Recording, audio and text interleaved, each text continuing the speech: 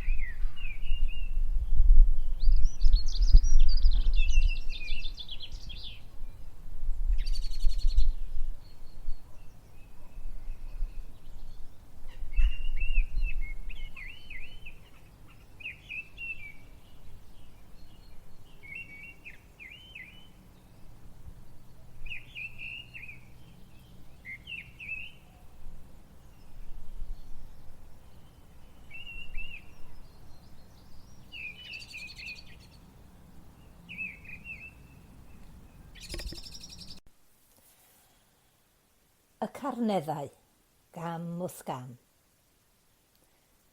Dyma gwahoddiad i chi ddod i gerdded, gam wrth gam yn ystoriol. Yn yr ymarfer yma, nid oes rhaid i ni gyrraedd unman. Does dim rhaid i ni ymdrechu. Hwrach y byddwch chi'n hoffi gwrando'r arweiniad yn yma yn y tŷ cyn i ymarfer y tu allan. Neu fe allwch chi ddewis llwybr ar hyd yr ystafell ych chi ynddi, neu lwybr ar hyd yr ardd, lle bynnag sy'n ar gael ac yn gyfleus. Yna, os o'ch harfech chi, fe allwch wneud yr ymarfer ar lethrau'r carneddau, ar y copaon neu ar hyd yr dyffrynnoedd. Fe allwch gerdded mewn man tawel neu ar hyd llwybr mwy prysur. Fe allwch chi bob amser aros i'w wneud yn y tŷ ac edrych allan. Y gwahoddiad yw i ddechrau drwy sefyll yn eich hunfan. Neu ddechrau wrth eistedd gan deimlo'r traed yn wastad ar y llawr. Gan gymryd anadl neu ddwy. A rheini chydig yn ddyfnach.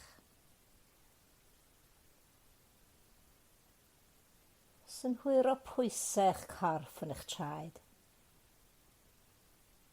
Teimlo'r cyhyren eich cynnal a'ch sefydlogi. Cymryd saib fel fod y corff a'r meddwl yn cael cyfle i lonyddu ac i ymdawelu.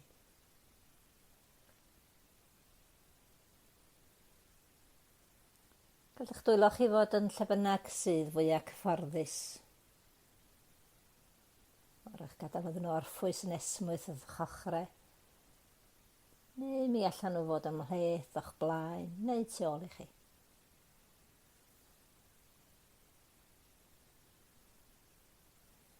Wrth chi sefyll fel hyn, sylwi nad ydy'r corff yn llonydd. Wrach chi fod o'n suo, Pwysau'r corff yn symud un droed y llall. Gweld os di'n bosib gymryd amser i ymdeimlo'r corff yn sefyll. Gan sylwi'r egni sydd yn cael ei ddefnyddio i wneud hyn.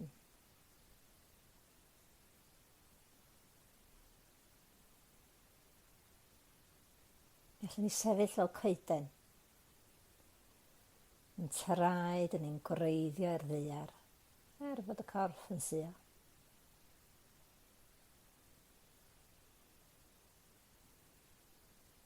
Os y gallwch, symud y sylw at wadnau'r traed.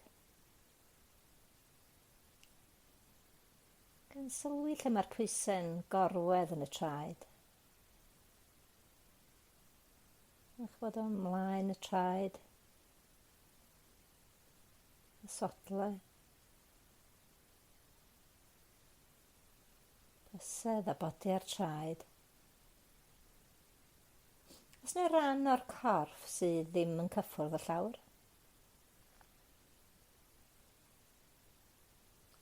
Wrach eich bod chi'n sylwi ar deimlad o'r llawr o dan y traed. Y ddaear. Y tir.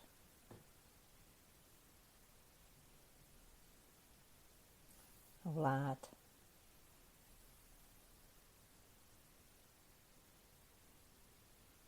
Be di ansawdd y tir o dan eich traed chi?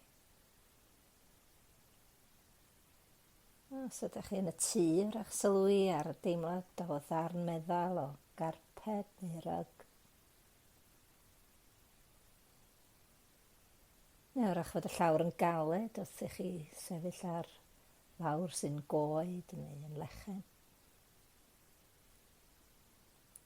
Sylwyr be bynnag sy'n yma.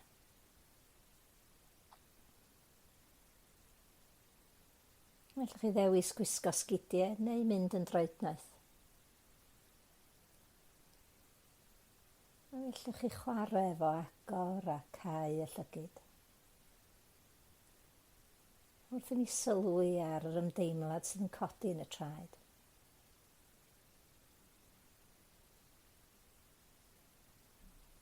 Wrth fynd allan, wrach yn teimlo glaswellt yn feddal neu lechen galed. Wrach fod y llwybr yn garegog, yn llyfn. Wrach fod y mafrigau coed yn ei dyfiant.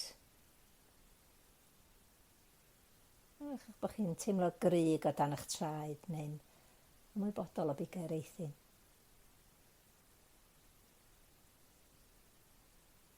Wrach fod y tir yn sigledig ac yn gorsiog o dan eich traed.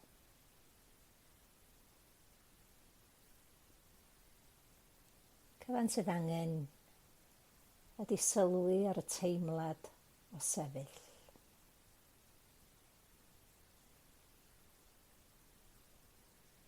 Mae gan y pan yn barod cymryd cam. Sylwi ar y teimladau gwahanol sydd yn codi wrth i ni symud.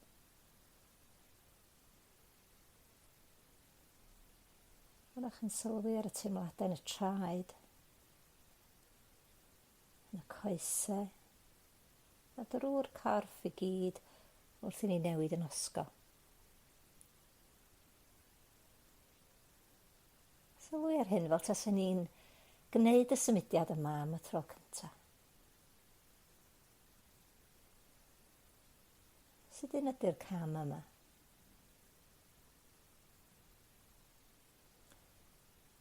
Wrth ddechrau cerdded, fi allwch chi fynd ar gyflymder arafach nag arfer. Gan rhoi sylw arbennig i'r teimladau yn eich traed, eich coesau. Eich trymder, ysgafnder. Sylwi ar y pwysau. Eich fan yr angen goglus. Egni. A hyd yn oed poen os di hwnnw'n bresennol.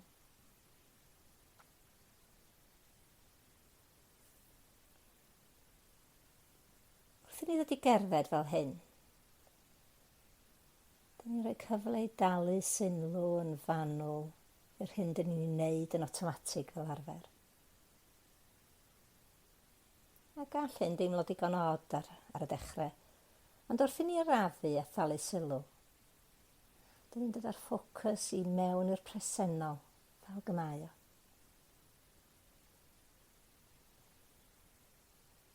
Felly dewis llwybr byr, un yn y tŷ neu tu allan. A felly ni ddechrau cerdded gan sylwi ar bob cam. Codi un troed.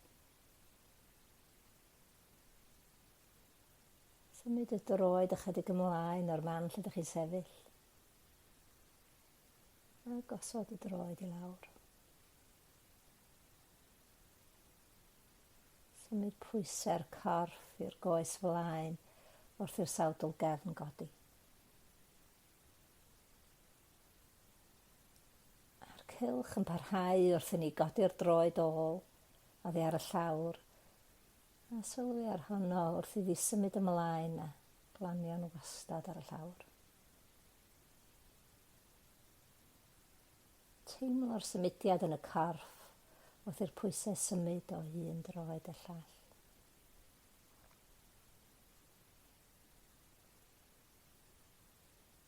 Felly'n synhwyro bob cam yn llawn wrth gerdded mewn ffordd hamddenol a naturiol, hyd at diwedd y llwybr rydyn ni wedi dewis. Felly ni ddewis chwarae fo cyflymder yn camau. I deimlo'r tir arbennig yma dan yn traed.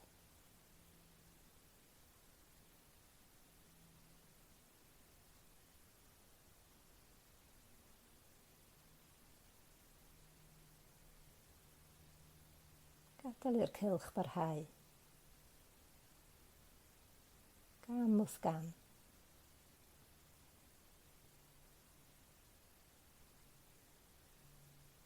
Cymryd amser i ymdeimlo.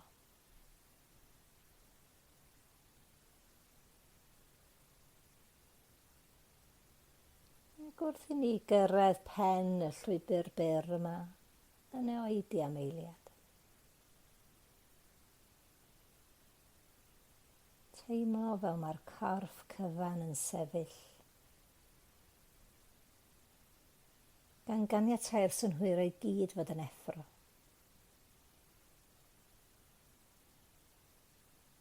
Yn araf ac yn ystyrlon, os yr hoffech chi. Troi i wynebu'r cyfeiriad arall. Neu fe allwch chi ddewis darn bach arall o lwybr a symud ymlaen.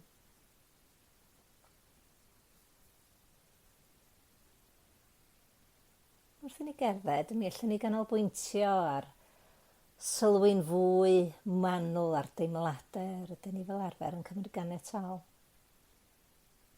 Fel yr anadl yn dod i mewn ac allan o'r corff. Symudiad y traed a'r coesau. Neu cysylltiad efo'r ddaear a'r llawr. Pen yn gytbwys ar y gwddw a'r sgwyddau. Rwch y syna yn hamgylch.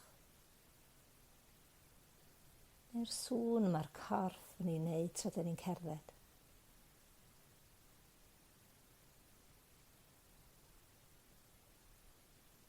Wrach oedd y troed yn gorffwys ar frigyn neu'n sgubo trwy dail.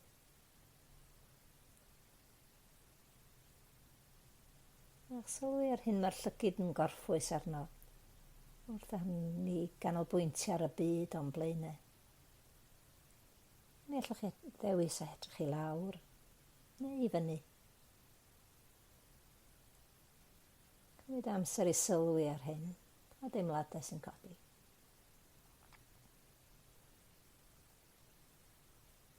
Ac cymryd amser hefyd i sylwi fel mae'r anadl yn newid.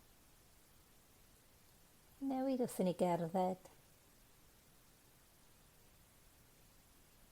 Wrach, os di'r llwybr yn mynd â ni ar ei fyny, Gyda ni all sylwi fel mae'r anadl yn newid bryd yma.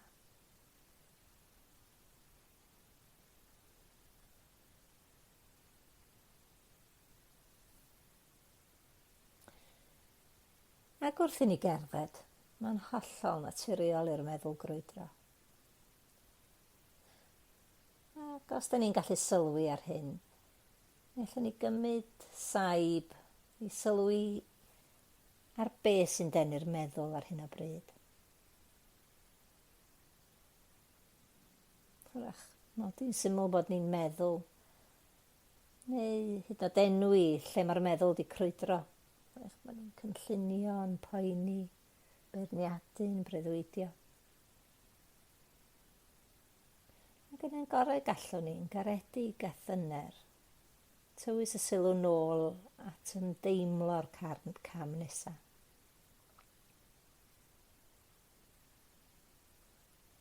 Edd pa mor hir dyn ni wedi treulio ar goll yn y meddwl, gallwn ni bob amser ail ddechrau drwy ddod â'r sylw nôl i'r presennol, a'r teimlad o gerdded. A teimlad yn y traed. Coesau. A'r symudiad drwy'r corff.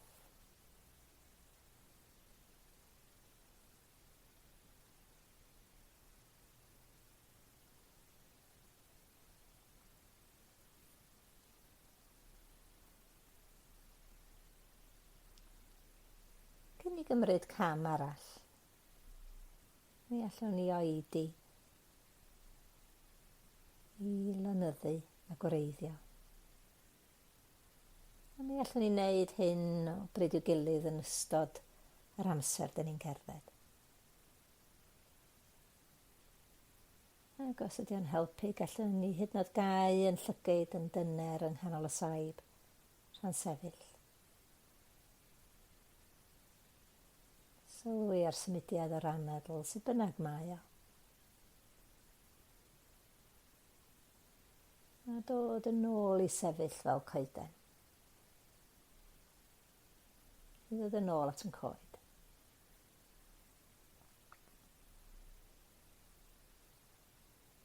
Gallwn ni gymryd saib i weld yr hyn sy'n am hamgylch. I wrando. I arogli.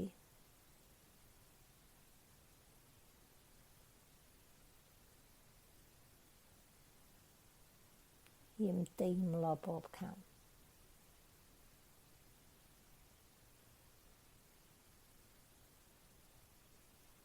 Ac yn ystod y cyfnod o gerdded, falle fyddwch chi'n dewis newid y cyflymder gan chwarae efo cyflymder sy'n eich galluogi i fod yng nghanol y profiad.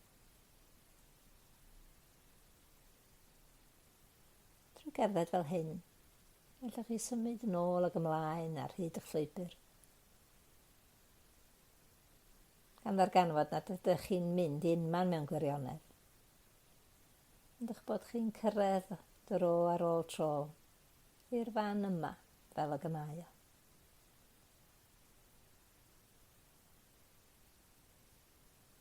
Cofiwch, gallwch hefyd yda meddwlgarwch ac ymwybyddiaeth o gerdded ar unrhyw gyflymder i ganol eich bywyd bob dydd, a hyd yn oed wrth redeg.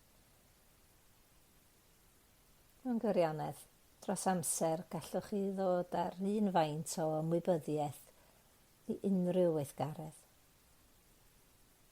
Gan brofi'r ymdeimlad o fod yn bresennol o eiliad i eiliad.